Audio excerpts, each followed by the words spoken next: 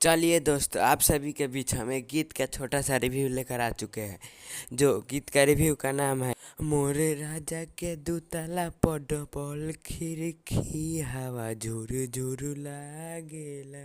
चलिए दोस्तों, अब इस गीत के बारे में हम बात करने वाले हैं कि यह गीत खेसारी लाल का गाया हुआ है और वीडियो में भी आपको खेसारी लाल यादव भोजपुरी इंडस्ट्री में बहुत ही तहलका मचाया हुआ सॉन्ग है। यह सॉन्ग जो हवा झुरु झुरु लागेला, मोरे राजा के दुताला पर दबंग खिड़की हवा झुरु झुरु लागेला।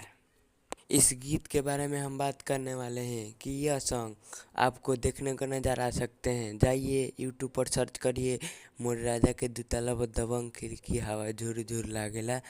इस सॉन्ग को जाइए लाभ उठाइए। और हम बताने वाले हैं कि जो जितने भी सॉन्ग आते हैं पहले मेरे ही चैनल से अपडेट होते हैं, इसीलिए कहते हैं आप मेरे चैनल पर नए हैं तो जल्द से जल्द लाइक और सब्सक्राइब जरूर कर लो कि अगली न्यू वीडियो आपके पास एक छोटा सा अपडेट बन कर जाए। चलिए दोस्तों, आप मेरे चैनल पर जुड़े रहने के लिए धन्यवाद। फिर मिलते हैं नेक्स्ट वीडियो में। जब तक टाटा बाय बाय, अगले नेक्स्ट वीडियो के तैयार में।